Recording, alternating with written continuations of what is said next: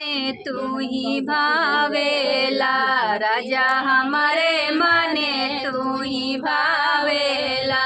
जब हंसतई महलिया में आवेला, जब हंसतई महलिया में आवेला। रानी हमारी कहना तू कर तू ना, हमरे मम्मी के गोड़वा दबाई तू ना। रानी हमारी कहल तू कर तू ना, हमरे मम्मी के गोड़वा दबाऊ तू ना। राजा मम्मी तोहार बड़ी झगड़ा करे, हमार भैया भतीजा गरिया वेली। राजा मम्मी तोहार बड़ी झगड़ा करे, हमार भैया भतीजा गरिया वेली। पिया हमारे मने तू ही भावेला, राजा हमारे मने तू ही भावेला।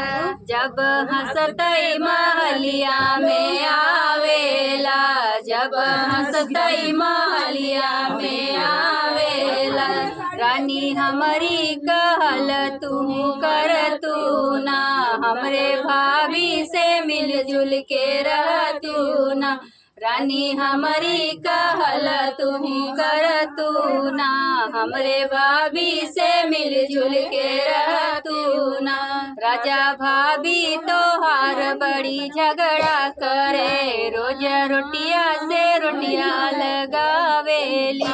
राजा भाभी तोहार बड़ी झगड़ा करे, रोज रोटिया से रोटिया लगावेली।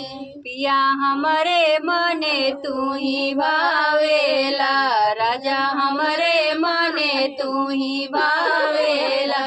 जब हंसतई महलिया में आवेला, जब हंसतई महलिया में आवेला।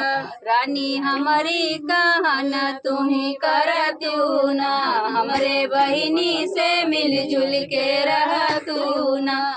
रानी हमारी कहल तू ही कर तू ना, हमरे बहिनी से मिलजुल के रह तू ना।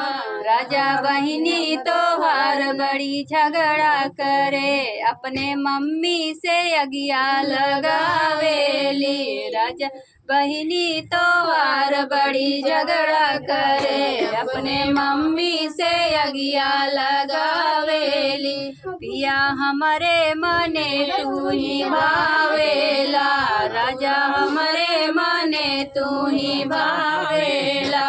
जब हंसतई महलिया में आवेला।